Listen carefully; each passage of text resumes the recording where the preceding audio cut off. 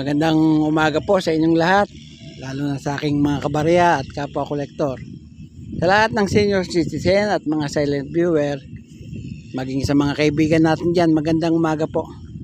Ngayon pong araw ay nandito tayo sa aking munting bukid at pinuputik na po.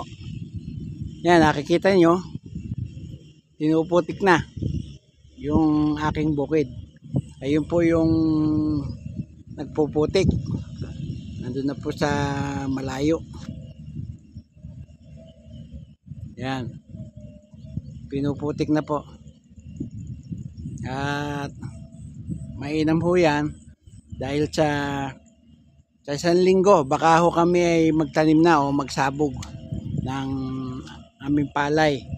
Yung binhi ho na binili ko, yung 534 ay susubukan namin dito sa aming bukid. Kasi kung maalala ninyo, nung nakaraang tagaraw, ang inilagay po namin na binhi ay 506. Ngayon po, susubukan namin yung bagong binhi, yung 534. Yan. Kaya ho pinakakaigi ang pagpuputik sa bukid. Yan po, hindi pa ho yari yan. Dalawang proseso pa po.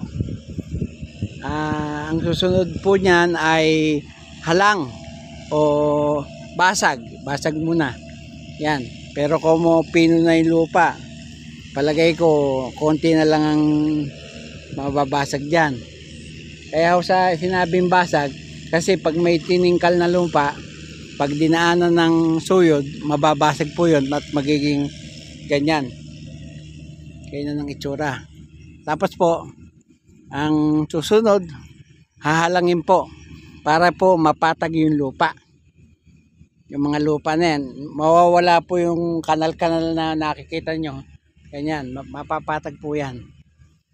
Yan, may mga lungkaw po dahil pulo-pulo yung tubig. Tapos po ng halang, ayun po, linang na. Gagayak na po yung bukid, yung lupa, para kinabukasan o sa bandang hapon magsasabog. Ganyan po ang proseso sa lupa.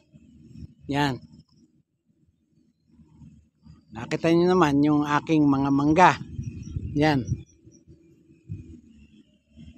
Yung pong may bunga, yan pong dalawang puno na yan at saka yung nasa malayo.